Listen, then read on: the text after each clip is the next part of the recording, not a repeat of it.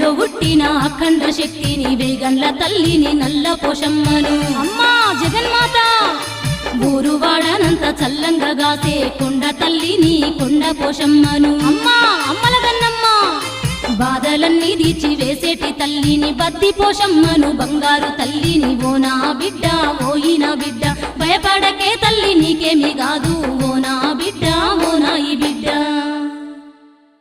బిడ్డ నన్ను కన్ను మిన్ను కానకుండా మీ పల్లెకు చేరిన నన్ను అర్ధరాత్రి వేళ వెళ్ళగొట్టారు. నా శక్తి ఏందో తెలియాలని మీ పల్లెకు అమ్మోర్నై మీ అందరికీ బొబ్బలు లేపినాను.